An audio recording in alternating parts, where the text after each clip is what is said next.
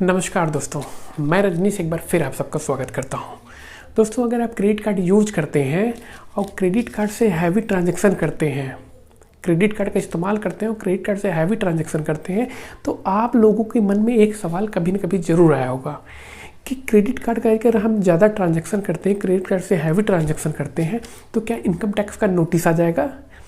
और अगर आप लोगों ने ये वीडियो देखा होगा तो इन वीडियो में मैंने क्रेडिट कार्ड से हैवी ट्रांजैक्शन करने की ही बात करी है। तो इन सारे वीडियो में आप सभी का एक कॉमन सवाल है कि अगर हम क्रेडिट कार्ड से हैवी ट्रांजैक्शन करेंगे तो इनकम टैक्स का नोटिस आ जाएगा।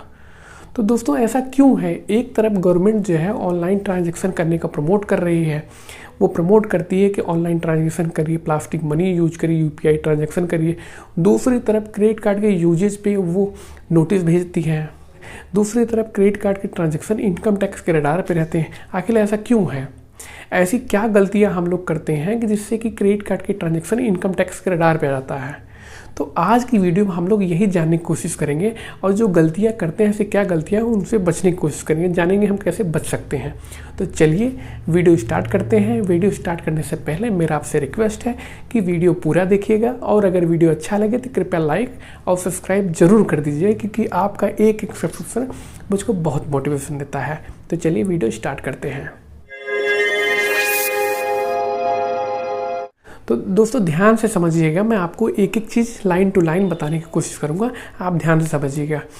तो क्रेडिट कार्ड पे इनकम टैक्स के नोटिस से पहले मैं आपको बेसिक बताता हूँ। वैसे तो आप जानते होंगे इनकम टैक्स की जो परिभाषा उस पर ध्यान दीजिएगा। इनकम टैक्स का परिभाषा है आपके इनकम पे लगने वाले टैक्स को इनकम टैक्स कहते हैं। जो आप एनुअली कमाते हैं, जो आप एनुअली इनकम करते हैं, और वो इनकम अगर आपके टैक्स गवर्नमेंट के टैक्स स्लैब में आता है, जैसे आप 0 से 2.5 लाख कमाते हैं तो कोई टैक्स नहीं लगेगा, और 2.5 से 5 लाख तक उसमें टैक्स लगेगा। तो ये स्लैब आप देख पा रहे होंगे, ये है। तो अगर इस स्लैब में आपकी इनकम आती है तो आपको टैक्स देना पड़ेगा। अब आपकी इनकम पे टैक्स लगता है, ना कि ट्रांजैक्शन पे। ध्यान दीजिएगा, इनकम पे टैक्स लगता है, ना कि आपके ट्रांजैक्शन पे।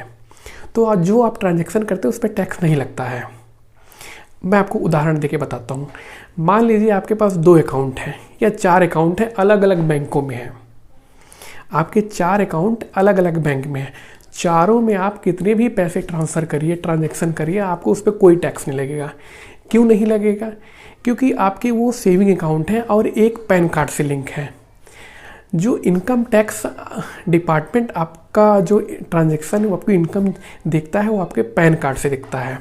हर बैंक में आपके पैन कार्ड लगे हैं, तो आपके ट्रांजैक्शन को इनकम टैक्स डिपार्टमेंट ट्रैक कर लेता है।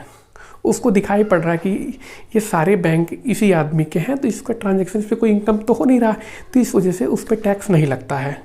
उस पर कोई टैक्स नहीं लगता। आप अपने बैंक से दूसरे बैंक में, चाहे किसी भी बैंक में हो, कितने भी अकाउंट हो, सब में अगर आप ट्रांजैक्शन करते हैं तो उस पर आपको कोई टैक्स नहीं लगता है। तो इसके बाद सवाल ये आता है, जब इस पर टैक्स नहीं लगता है तो दोस्तों, क्रेडिट कार्ड के जो ट्रांजैक्शन होते हैं या क्रेडिट कार्ड के जो हाई वैल्यू ट्रांजैक्शन होते हैं, आखिरकार वो इनकम टैक्स के रडार पे क्यों रहते हैं? ऐसा क्या होता है कि इनकम टैक्स के रडार पे रहते हैं? ऐसा क्यों करता है इनकम टैक्स? ये मैं आपको बताने की कोशिश करूँगा, आप समझिएगा। दोस्तों, जो क्रेडिट कार्ड के ट्रांजैक्शन होते हैं वो बेसिकली 3 प्रकार के होते हैं। पहला होता है स्पेंडिंग, दूसरा होता है डिपॉजिट, तीसरा होता है आपके चार्जेज। तो स्पेंडिंग वो होता है जो आप स्पेंड करते हैं, जो क्रेडिट कार्ड से खर्च करते हैं, वो होता है स्पेंडिंग। स्पेंडिंग के बाद जब उसका ड्यू डेट आता है, जो पैसे आप खर्च करे रहते हैं, क्रेडिट कार्ड का जब ड्यू डेट आता है तो क्रेडिट कार्ड में जो पैसे आप जमा करते हैं ड्यू डेट पे, वो होता है उसका डिपॉजिट। चार्जेस, उसके बाद चार्जेज आता है। चार्जेज वो होता है जो क्रेडिट कार्ड कंपनियाँ आपको चार्ज लगाती हैं एनुअली, वो होता है चार्जेज। अब ये सारा ट्रांजैक्शन जो होता है, वो आपकी जो कंपनी है या बैंक है, वो सारा ट्रांजैक्शन एक एसएफटी बना के आईटी डिपार्टमेंट को भेज देती है। तो आईटी डिपार्टमेंट पूरे साल का जो आपका ट्रांजैक्शन होता है फाइनेंशियल ईयर का, उसको आपके पैन कार्ड की मदद से ट्रैक करता है और देखता है कि आपने कितना ट्रांजैक्शन करा है और कितनी आपकी इनकम है। अब मान लेते हैं कि मेरे जो पूरे ईयर का ट्रांजैक्शन है वो 12 लाख का है। 12 लाख मैंने स्पेंड करा हुआ है।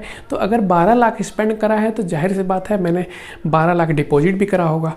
तो जो इनकम टैक्स डिपार्टमेंट की नज़र होती है उसी डिपॉजिट पे होती है कि आपने 12 लाख जो डिपॉजिट करा है वो आप कहाँ से लाए। तो आपसे पूछेगा वो कि ये सारी आपकी इनकम है, तो आप बताएंगे नहीं साहब मेरी इनकम नहीं है, ये मेरी इनकम 6 लाख रुपए है। तो फिर आपसे पूछेगा रजनीश जी ये बताइए, जब आपकी इनकम 6 लाख रुपए है, आपने कमाए 6 लाख रुपए, तो आपने अगला जो 6 लाख रुपए, 12 लाख में जो 6 लाख रुपए आप कमाए हैं, तो जो अगला 6 लाख रुपए वो कहाँ से लाए आप? तो उसी के जवाब आपको देना है। अगर वो जवाब आप दे पाते हैं कि ये अगला 6 लाख रुपए मैं कहाँ से लाया हूँ, तो कोई दिक्कत नहीं है। पर अगर ये 6 लाख रुपए में आप जवाब नहीं दे पाते हो, वहीं दिक्कत है। तो आप वहाँ बताते हैं कि साहब ऐसा ही, ये मेरी पिछले साल की सेविंग है, 4 साल से मैं कमा रहा हूँ, ये मेरी सेविंग है, तो ये सेविंग करके मैं यहाँ लगाया हूँ, यहाँ डाला हूँ। और आप बताते हैं कि साहब मैंने ऐसा है कि पापा से पैसे लिए, अपने फादर से पैसे लिए हैं। तो अगर आप ये बता देते हैं गलती से कि सब मैं फादर से पैसे कैश में लिए हैं 1 लाख रुपए, तो ये बताने पे एज पर CBDT आपको 1 लाख रुपए पे लिए हैं उस पर पेनल्टी लग जाएगी। तो ये चीज़ें आपको थोड़ा ध्यान रखना है। और अगर आपका सारा कुछ ऑनलाइन ट्रैक हो जाता है, आपके सारे चीज़ें ट्रांजैक्शन आपके पैन कार्ड पे रिपोर्ट होते रहते हैं, तो आपको डरने की कोई ज़रूरत नहीं है। क्रेडिट जो IT डिपार्टमेंट होता है आपसे यही जानना चाहता है कि जो पैसे हैं, मेन IT डिपार्टमेंट का काम ये है कि जो पैसे आप इधर उधर कर रहे हैं, जो आपकी इनकम है उसमें आपने टैक्स दिया है कि नहीं दिया है। बस वो यही जानना चाहता है कि आपने ये सारी चीज़ों पे टैक्स दिया हुआ है कि नहीं दिया है। अगर उन चीज़ों पे आपने टैक्स नहीं दिया है तो आपसे टैक्स लेना चाहता है, बस उसके अलावा कोई मंशा नहीं होती है। तो अगर आप प्रूव कर पाते हैं, आप जस्टिफाई कर पाते हैं, सारे जो आपने ट्रांजैक्शन करे हैं वो आप जस्टिफाई कर पाते हैं कि ये मैंने यहाँ से लिया है, तो कोई दिक्कत नहीं है। और अगर आप जस्टिफाई नहीं कर पाते हैं तो वही दिक्कत है।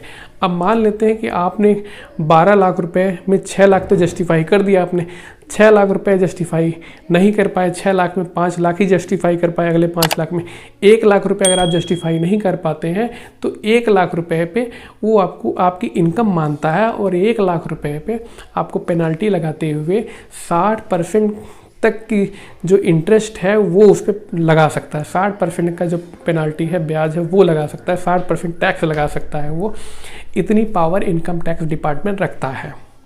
तो ये चीज़ें आपको ध्यान रखें। दूसरा, आपको कैश में कभी भी नहीं जमा करना है। 1 लाख रुपए की कैश में आपको क्रेडिट कार्ड में कभी नहीं जमा करना है, आपको अपने अकाउंट से ही जमा करना है। इसके बाद अगर अब लोग क्या करते हैं कि अपने दोस्तों का परचेजिंग अपने क्रेडिट कार्ड से कर लेते हैं, बाद में उससे पैसे मंगा के वो उसमें ट्रांसफ़र करते हैं अपने क्रेडिट कार्ड में। ये आपको नहीं करना है, इससे आपको बचना है। कैशबैक के लालच में लोग इस तरह फंस जाते हैं। और अगर आपका ट्रांजैक्शन ऑनलाइन दिख रहा होता है, जैसे मैंने इस बताया है इस वीडियो में कि आप भारत पे से स्वाइप करके आप पैसे अपने अकाउंट में डाल लीजिए, तो आपके दोनों में ट्रैक होता है। आपके भारत पे जब आप स्वाइप या भारत पे एप्लीकेशन, तो वहाँ भी आपका ट्रैक होता है कि आपके वहाँ भी पैन कार्ड लगा है, यहाँ भी पैन कार्ड लगा है। तो जो दोनों पैन कार्ड में ट्रांजैक्शन IT डिपार्टमेंट ट्रैक कर लेता है। आपको उसमें बहुत घबराने की ज़रूरत नहीं है। तो हो सकता है उसमें आपको नोटिस ना आए, और नोटिस आएगा तो आप जवाब दे पाएंगे। कारण ये है कि अगर आप ऑनलाइन करते हैं तो इसका रिकॉर्ड हमेशा के लिए रहता है, और ऑनलाइन नहीं करते, किसी से लेते हैं, मान लिया आपने दोस्त से लिया है, आज 1 लाख रुपए ट्रांसफ़र कर लिया, बता दिया गिफ्ट लिया है, ट्रांसफ़र करने के बाद आज नहीं 4 साल बाद, 5 साल बाद, क्योंकि IT डिपार्टमेंट का जो नोटिस आता है, जो ट्रैक करता है, वो 1 साल में नहीं आता है, उसको आने में 4 साल 5 साल लग जाता है। कभी कभी 6-6 7-7 साल बाद वो आपको नोटिस भेजता है। तो उस समय आदमी भूल चुका होता है कि ये ट्रांजैक्शन किससे लिया था, मैंने कहाँ गया था, ये मेंटेन नहीं कर पाता है। अगर ये मेंटेन कर लेता है तो कोई दिक्कत नहीं है, पर बहुत लोग नहीं मेंटेन कर पाते हैं, इस वजह से परेशानी फंस जाते हैं। यहाँ पे आपको ये नहीं करना है। अगर आप अपनी सारी ट्रांजैक्शन आपको ऑनलाइन करनी है और सारा पेमेंट आपको कैश में कभी नहीं जमा करना, आपको ऑनलाइन पे करना है। अगर आपका ट्रांजैक्शन दिख रहा है, आपके पैन कार्ड में शो हो रहा है, आपने एक जगह से पैन कार्ड से अपने क्रेडिट कार्ड से निकाला है, दूसरी जगह आपको सेविंग कहीं भी रखा है, वो कुल मिलाकर अगर आपको ऑनलाइन दिख रहा है, ट्रैक कर सकता है इनकम टैक्स डिपार्टमेंट ट्रैक कर सकता है, तो आपको डरने की ज़रूरत नहीं है। और आप अपने ट्रांजैक्शन को जस्टिफाई कर सकते हैं, तो भी डरने की ज़रूरत नहीं है। और नहीं जस्टिफाई कर सकते हैं, जितने भी पैसे 12 लाख के उदाहरण में अगर आप जितने भी पैसे जस्टिफाई नहीं कर पाएंगे, उन सारे पैसों पे आपको 60% तक का टैक्स लगेगा। इससे ये income tax department, income tax की इतनी पावर है कि वो ले सकता है, आप उसको रोक नहीं सकते। और अगर आप जस्टिफाई कर पाते हैं तो कोई दिक्कत नहीं। यही एक दिक्कत है क्रेडिट कार्ड में। तो आज के लिए इतना ही, और अगर इसमें कुछ गलतियाँ रह गई हों तो आप मुझे कमेंट बॉक्स में बताइएगा, मैं उसको सुधारने की कोशिश करूँगा। तो चलिए आज के लिए इतना ही, अगले वीडियो में फिर मिलते हैं। और अगर आपने सब्सक्राइब नहीं करा है तो प्लीज़ सब्सक्राइब कर दीजिए। Thank you so much.